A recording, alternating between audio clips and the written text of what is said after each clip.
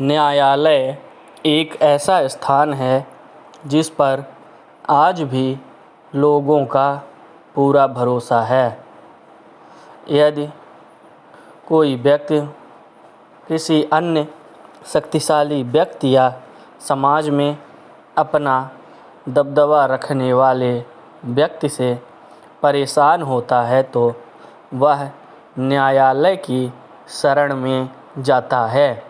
न्यायालयों में वैसे तो मुकदमों के कई किस्म होते हैं जिन्हें उनकी प्रकृति के आधार पर बांटा जाता है, परंतु वर्तमान में न्यायालयों में दो तरह के मामलों की संख्या निरंतर बढ़ती जा रही है। न्यायालयों में बढ़ रहे मामले मुख्यतः फौजदारी व दीवानी किस्म के होते हैं। फौजदारी मामले ज़्यादातर किसी अपराध से संबंधित होते हैं जिनमें यदि किसी व्यक्ति को चोट पहुंचाई जाती है या उस व्यक्ति के साथ किसी प्रकार की हिंसा कारित की जाती है तो उस व्यक्ति को सबसे पहले पुलिस थाने में जाकर अपनी शिकायत दर्ज करवानी होती है। पुलिस थाने में दर्ज की गई शिकायत को प्रथम सूचना रिपोर्ट या अंग्रेजी में FIR कहते हैं।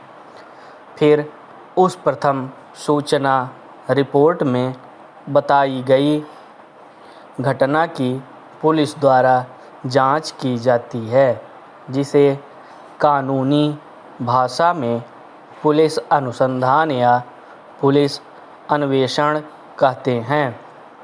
पुलिस अपने अनुसंधान में उस घटना के प्रमाणित पाए जाने पर घटना करने वाले व्यक्ति के खिलाफ न्यायालय में आरोप पत्र पेश करती है, जिस पर न्यायालय द्वारा मामले में संज्ञान लिया जाता है और उस प्रकरण को न्यायालय के रजिस्टर में फौजदारी मूल प्रकरण के रूप में दर्ज किया जाता है।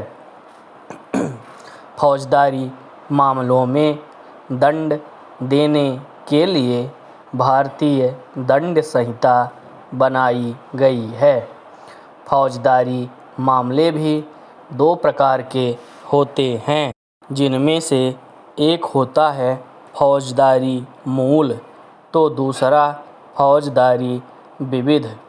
फौजदारी मामले में जिस व्यक्ति के द्वारा शिकायत दर्ज करवाई जाती है उसे परिवादी या प्रार्थी कहा जाता है तथा जिस व्यक्ति के साथ मारपीट की जाती है या किसी प्रकार की चोट पहुंचाई जाती है उसे आहत या मजरूब कहा जाता है तथा जिस व्यक्ति के द्वारा अपराध किया जाता है उसे आरोपी, मुलजिम या अभियुक्त शब्द से संबोधित किया जाता है।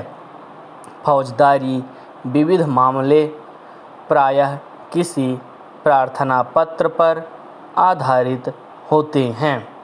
इसी प्रकार न्यायालय में फौजदारी मामलों के अलावा मामले की एक और प्रकृति होती है जिसे दीवानी मामला कहा जाता है।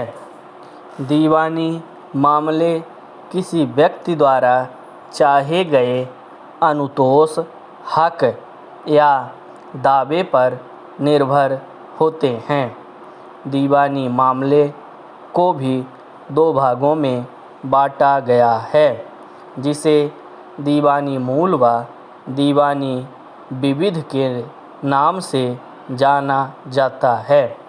दीवानी मूल दावे प्रायः जमीन पर किए गए अपने दावे से संबंधित होते हैं, जिसमें दावा पेश करने वाले व्यक्ति को वादी तथा जिसके विरुद्ध दावा पेश किया गया है उसे प्रतिवादी के नाम से संबोधित किया जाता है।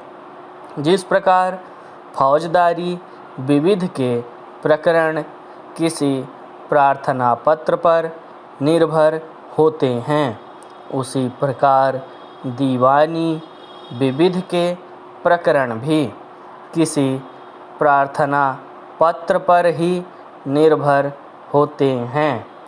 दीवानी विविध के प्रार्थना पत्रों में अस्थायी निषेधाज्ञा के प्रार्थना पत्र न्यायालयों में अधिकांश मात्रा में पाए जाते हैं।